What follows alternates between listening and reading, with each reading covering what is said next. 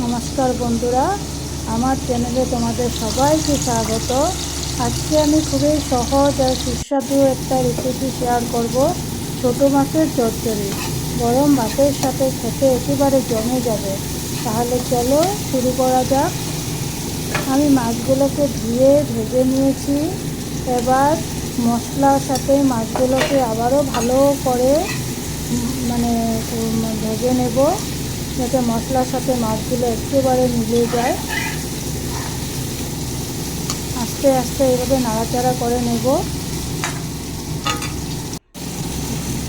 এবার এখানে সরষে মাখা জলটা দিয়ে দিলাম।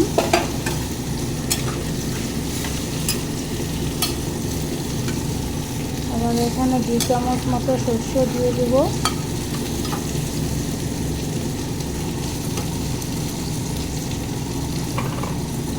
সাদা সরষে পেস্ট করে রেখেছি, সেই থেকে 2 চামচ এখানে দিয়ে দিলাম।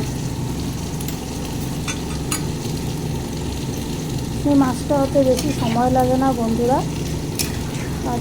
5-10 মিনিটেই হয়ে যায়। খুব সহজে তৈরি হয়ে যায় ছোটো মাছের চচ্চড়ি। গরম ভাতের সাথে খেতে দারুণ লাগে বন্ধুরা। ভিডিওটা ভালো লাগলে লাইক, শেয়ার, সাবস্ক্রাইব করে দিও। আবার দেখা হবে নতুন কোনো রেসিপি নিয়ে। ধন্যবাদ বন্ধু বান্ধবীরা।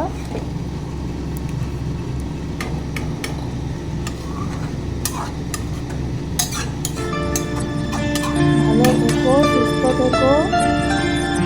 টাটা।